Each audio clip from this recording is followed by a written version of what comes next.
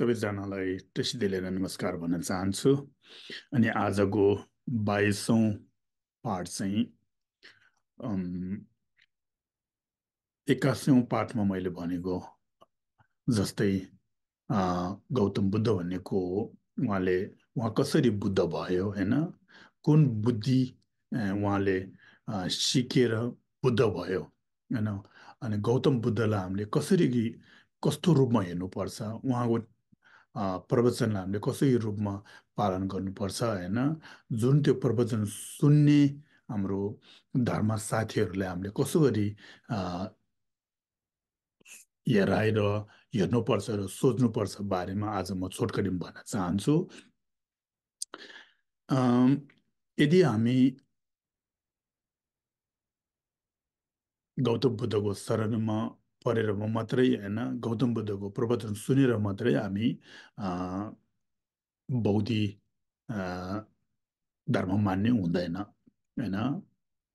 अहिले संसारमा गौतम बुद्धको मूर्तिलाई एकदमै राम्रो मान्ने र गौतम बुद्धको मूर्ति चाहिँ घरमा राख्यो भने एकदम मनमा शान्ति हुने रहेछ भन्ने अहिले बुद्धिस्ट धर्म नमान्नेहरूले पनि गौतम बुद्धको मूर्तिलाई एकदमै चासो र एकदमै कसरी भनौँ अमूल्य रूपमा हेरिरहेको छ। यदि अ, बौद्ध धर्म मान्नेहरू हो भने त हामी कसरी बौद्ध धर्मावलम्बीहरू हुन्छ, कसरी हामी बुद्धिस्ट बन्छ भन्ने बारेमा सबैजनालाई थाहा नै होला। तर पनि मैले यहाँ यो 22औं पाठमा छोटकरीमा भन्न गइरहेको छु। यदि हामी बुद्धिस्ट हुने हो भने हामी अ, त्रिरत्नको शरणमा जसरी नै हामी पर्नुपर्छ। त्रिरत्नको शरण नपरे हामी बुद्धिस्ट हुँदैन। त्रिरत्नको ज्ञान जसरी पनि लिनै पर्छ। एउटा इक्जाम्पलको लागि, एउटा उदाहरणको लागि भन्यो भने यदि बाहिरबाट हेर्दाखेरि घर चाहिँ एकदमै राम्रो छ होइन, झाल ढोका अब जे पनि एकदमै राम्रो छ होइन, तर पनि बाहिर त एकदमै राम्रो रहेछ, भित्र कस्तो होला भन्ने हेर्नुलाई हामी कहाँ कसरी हेर्नु सक्छ भन्यो भने हामी ढोकाभित्रबाट हामी भित्र जानु पर्यो नि होइन। छिर्नु त ढोकै हुने होइन। फेरि तपाईँहरू त्यो नसोच्नु होला अब भित्र पस्नु ढोका चाहिँदैन, झ्यालबाट पनि जानु सक्छ भन्ने त्यो हो। तर पनि एउटा हामी ढोका भन्ने चाहिँ मान्छे बाहिर र भित्र छिर्ने र पस्नेको लागि हामीले ढोका बनाएको नि होइन, है कि होइन। त्यसले यदि तपाईँहरू घरभित्रको जम्मै राम्रो हेर्नु चाहन्छ भने ढोकाभित्रबाट जसरी पस्नु पर्छ। त्यही जस्ता होइन, यदि गौतम बुद्धको मेन प्रवचन सुनेर म गौतम बुद्धको जुन प्रवचनलाई म जहिले पनि ध्यान लिने होइन, उहाँले दिएको उपदेशहरूमा म तपस्या गर्ने भन्ने हो भने हामीले उहाँको शरणमा गएर त्रिरत्नको ज्ञान लिनुपर्छ। त्रिरत्नको ज्ञान नलिँदै जुन ज्ञान लिनेको लिनेलाई अ, जुन ज्ञान हामीले लिन चाहन्छ नि होइन, लिन चाहने चाहिँ कस्तो रूपमा हेर्नुपर्छ, अघि भनेको जस्तो होइन, उहाँको प्रवचनलाई हामीले कस्तो रूपमा सोच्नुपर्छ त्यो हामीले जान्नु एकदमै अ, महत्त्वपूर्ण हो। अब हामीले गौतम बुद्धलाई कसरी रूपमा हेर्नुपर्छ भन्यो भने हामीले गौतम बुद्ध चाहिँ हाम्रो एउटा उम्, एकदमै महान डक्टर होइन, डक्टरको रूपमा हेर्नुपर्छ होइन। अब उहाँको प्रवचन चाहिँ हामीले कस्तो रूपमा हेर्नुपर्छ भन्यो भने अनि जुन डक्टरले हामीले महान रूपमा हेर्छ, एकदमै विश्वास तरिकाले हेर्छ, उहाँले दिएको दबाई पनि त्योभन्दा पनि उहाँले दिएको प्रवचन चाहिँ हामीले महान डक्टरले दिएको अनि अ, दबाई हो भनेर सोच्नुपर्छ। अब त्यो दबाई लिएर मात्र होइन, हामीले डक्टर किन देखाउने होइन। डक्टर देखाइसकेपछि डक्टरले के भन्छ, अब पहिले त्यो सोच्नुहोस्। गौतम बुद्ध चाहिँ गौतम बुद्ध या आफैलाई अ, गौतम बुद्धको प्रवचन सुनाउने गौतम बुद्धले दिएको प्रवचन हामीलाई सुनाउने मान्छेहरूले हामीले डक्टर रूपमा हेर्नुपर्छ, डक्टरको रूपमा हेर्नुपर्छ। उहाँले दिएको प्रवचन चाहिँ दबाईको रूपमा हेर्नुपर्छ, होइन? त्यहाँबाट जुन प्रवचन सुन्ने र सुन्ने साथी मित्रहरूलाई हामीले के सोच्नुपर्छ भने, अनि हामीले नर्सको रूपमा हेर्नुपर्छ। बुझ्नुभयो? अब त्यो हामीले मेनमा गयो भने, मुख्य कुरामा जाने हो भने, अनि बुद्ध धर्म सङ्घ, बुद्ध चाहिँ डक्टर जस्तो, उहाँले दिएको प्रवचन चाहिँ धर्म भयो, होइन? जुन सुन्ने प्रवचन सुनेर आफूलाई मनमा शान्ति खेलाउने साथी जो छ, होइन? शान्तिको बाटोमा लाने उपाय दिने, शान्तिको बाटोमा जानेको सल्लाह सुझाव दिनेहरूले हामीले अनि सङ्घको रूपमा हेर्नुपर्छ। त्यसलाई हामीले के भन्छ? त्रिरत्न, होइन? अमूल्य, होइन? अनमोल, अमूल्य, होइन? मूल्य छैन। बुद्ध धर्म सङ्घहरू मूल्य छैन। मूल्य छ भने त हामीले सामान जस्तै भयो नि, होइन? अमूल्य भएको कारणले त्रिरत्न। बुझ्नुभयो? अब त्यो हो भने आफूले कस्तो किसिमले हेर्नुपर्छ भने, आफू चाहिँ बिमारी हो भन्ने सोच्नुपर्छ। बिमारी नभयो भने म बिमारी हो सोच्ने। जिउको बिमारी नभयो भने मनको बिमारी त हामीलाई छ नि, होइन? हामीलाई मनमा दुःख कति हुन्छ? दुःख दिने, जुन हामीलाई दुःख उपलब्ध गर्ने चाहिँ को हो, त्यो कुन चाहिँ रहेछ भने त्यो हामीले जान्नुपर्छ। अब अहिले धेरै नभनौँ, मेन कुरा के हो भने बुद्ध चाहिँ डक्टर रूपमा हेर्नु, अनि उहाँले दिएको प्रवचन चाहिँ, उहाँको प्रवचन चाहिँ अनि धर्मको रूपमा हेर्नु, अनि के भन्छ दबाईको रूपमा हेर्नु।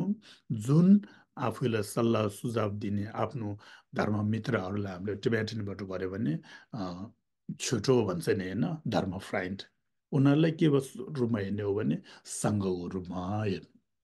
अब भयो नि डक्टर, दबाई, नर्स, भएन? अब त्यो हो भने आफू आफूले कस्तो गरेर सोच्नुपर्छ भने म एउटा बिमारी हो सोच्नुपर्छ। बिमारी हुँदाखेरि के गर्छ? डक्टरले देखाउन जान्छ। त्यो पनि राम्रो डक्टर देखाउन जान्छ नि, होइन? डक्टर देखाएन मात्र हुँदैन। डक्टरले आफूले विश्वास गरेको डक्टर देखाइसकेपछि उहाँले दिएको दबाईलाई त हामीले विश्वास गर्नै पर्छ नि। डक्टरले विश्वास गर्ने, उहाँले दिएको दबाईलाई हामीले विश्वास नगरे अनि आफ्नो बिमार छिटो निको हुँदैन।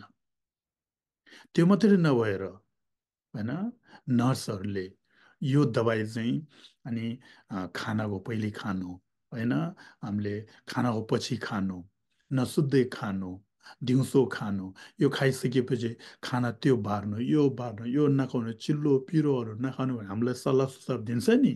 त्यो चाहिँ हामी के सोच्नुपर्छ भने हाम्रो सङ्घको रूपमा हेर्नुपर्छ। सङ्घ, बुद्ध धर्म सङ्घ। बुझ्नुभयो? बिस्तारै सोच्नुहोस् न, होइन?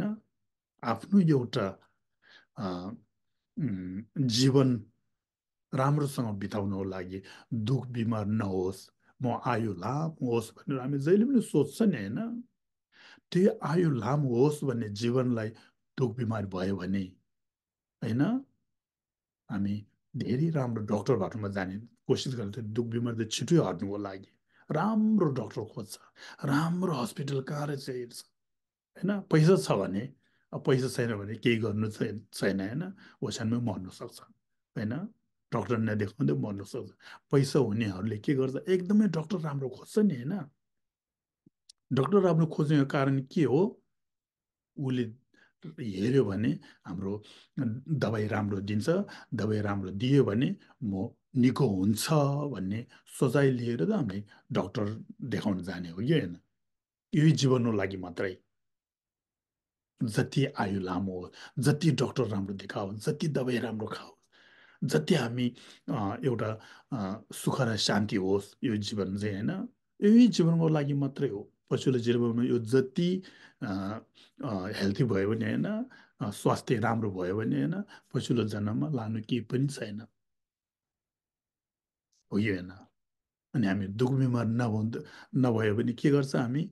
महिना, 3 महिना 5 महिना 6 महिना 1 वर्षमा त हामी जसो गरे पनि अनि यो के भन्छ जेनरल चेकअप भन्छ नि हामी डक्टरहरूलाई चेकअप गर्नु जान्छ जान्दैन होइन अनि डक्टरले जुन दिएको सुझाव ओ तिमीलाई यो सुगरको व्यथा हुन लागेछ अब के भन्छ गुलियो धेरै नखाऊ ओ तिमीलाई ब्लड प्रेसर धेरै हुन लागेछ होइन तिम्रो मुटु राम्रो छैनछ तिमीलाई सास धेरै फेर्ने रहेछ तिम्रो हड्डीहरू यस्तो यस्तो भएछ भन्दाखेरि हामी के सोच्छ डर लाग्छ लाग्दैन यो खाना नखाऊ त्यो खाना नखाऊ तिमी बोर्डरमा आइसकेछ भन्छ नि होइन त्यो टाइममा हामी डर कति लाग्दो रहेछ यही जीवन बाँच्नुको लागि मात्रै हामीले पछिल्लो जीवन सोच्दै सोच्दैन यही जीवनको लागि यति हामीले डक्टरले दिएको अनुसार डक्टरले दिएको सुझाव अनुसार हामीले पालन गर्नुपर्ने हो पर्छ भने हामीले पछिल्लो जन्मको लागि त आफ्नो गुरु महान गुरु गौतम बुद्ध त्यसमा मुख्य कुरामा लियो भने परम पूज्य दलाई लामा ज्यूले दिएको प्रवचन र उहाँको सुझाव र उहाँको एउटा सल्लाहहरू त हामीले जोसुकै पनि लिनै पर्छ किनभने यो जीवनको लागि मात्र होइन हामीले पछिल्लो जन्म सोच्यो भने संसारको दुःखबाट कट्नेको हामीलाई प्रवचन दिइरहेको छ नि होइन त्यस्तो हो भने त हामीले आफ्नो गुरुहरूले दिएको सुझाव सल्लाहहरू त आज्ञाहरू त हामीले जसो गरी पनि पालन गर्नुपर्छ किनभने यो जीवनको लागि मात्रै होइन छ नि होइन संसारको दुःखबाट कट्ने होइन संसारको प्राणीहरूको लागि मद्दत गर्नुको लागि एउटा गौतम बुद्ध जस्तै अनि ज्ञान प्राप्त हुनेको बाटो देखाउनेलाई त हामीले महान गुरु र उहाँलाई जहिले पनि हामीले गौतम बुद्ध भन्दा पनि ठुलो ठान्नुपर्छ भनेर हाम्रो शास्त्रहरूमा भनिरहेको छ त्यस कारणले यदि बुद्धिस्टहरू मान्ने हो भने हामीले गौतम बुद्ध चाहिँ डक्टर उहाँले दिएको प्रवचन चाहिँ दबाई अनि हाम्रो आफ्नो धर्म मित्रहरूलाई चाहिँ अनि नर्सको रूपमा जसुनमै हेर्नुपर्छ बुझ्नुभयो त्यस कारणले आज म यतिमै यहाँ राख्न चाहन्छु अनि पछिल्लो पाठमा अनि हामीले त्यसमा पालन कसरी गर्ने हो होइन भन्ने बारेमा म पछिल्लो पाठमा भन्न चाहन्छु धन्यवाद ऋषिले